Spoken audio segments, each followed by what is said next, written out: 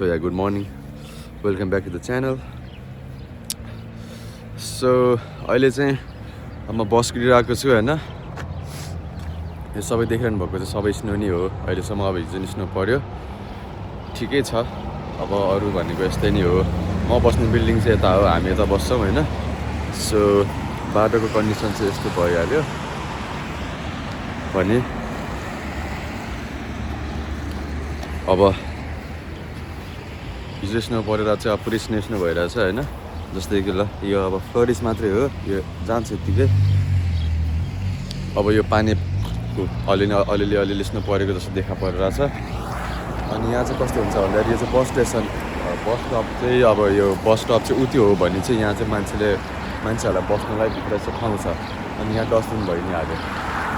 बाटो चाहिँ अब गुड्दा यो चाहिँ अलिकति अब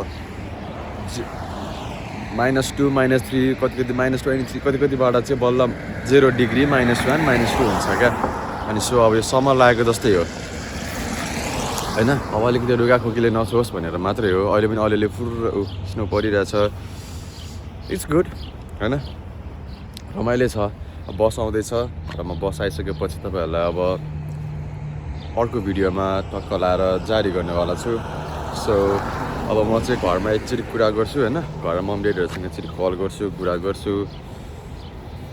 अनि त्यो कुरासुरा गरिसकेपछि चाहिँ ठिक हुन्छ.